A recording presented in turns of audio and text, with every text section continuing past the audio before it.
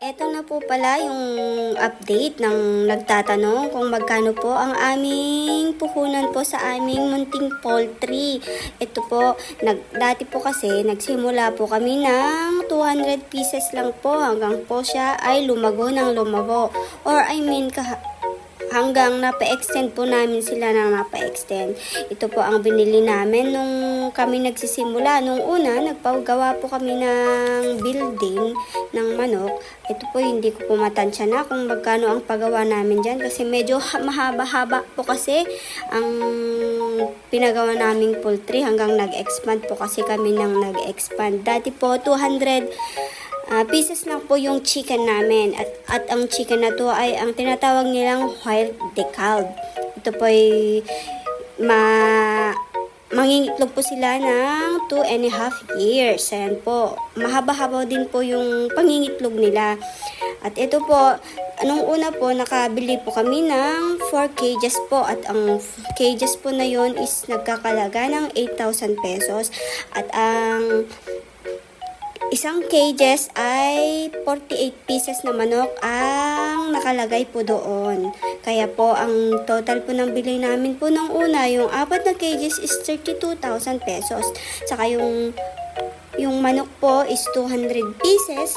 Ito po sa isang manok po, nagkakahalaga po kasi sila ng 290. Yung una po naming bili is 290 po talaga isa.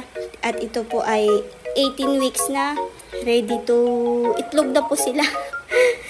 Ready to lay na po sila. Maghihintay ka na lang po ng isang linggo, ganun po. Ayun, paisa-isa na po yung hulog-hulog nila ng itlog.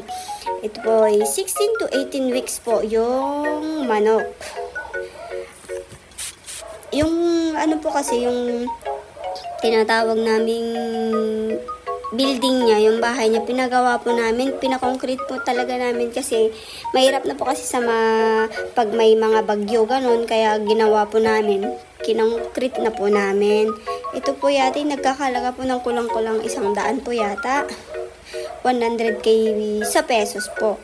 Ayan, nagsimula lang po kaming mag-asawa sa 200, ngayon na-expand po na-expand, kaya ayan po, medyo lumaki na po sila.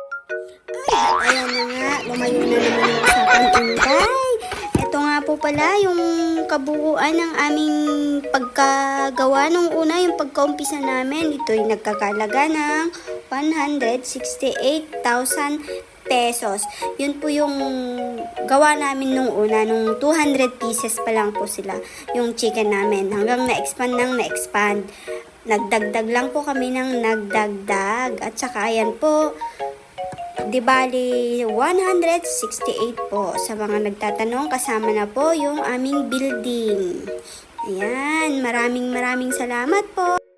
Salamat din po sa mga nanonood at sumusuporta ng aking video. At nawa po ay may napulot po kayong aral at idea sa aming munting poultry. Thank you po and God bless.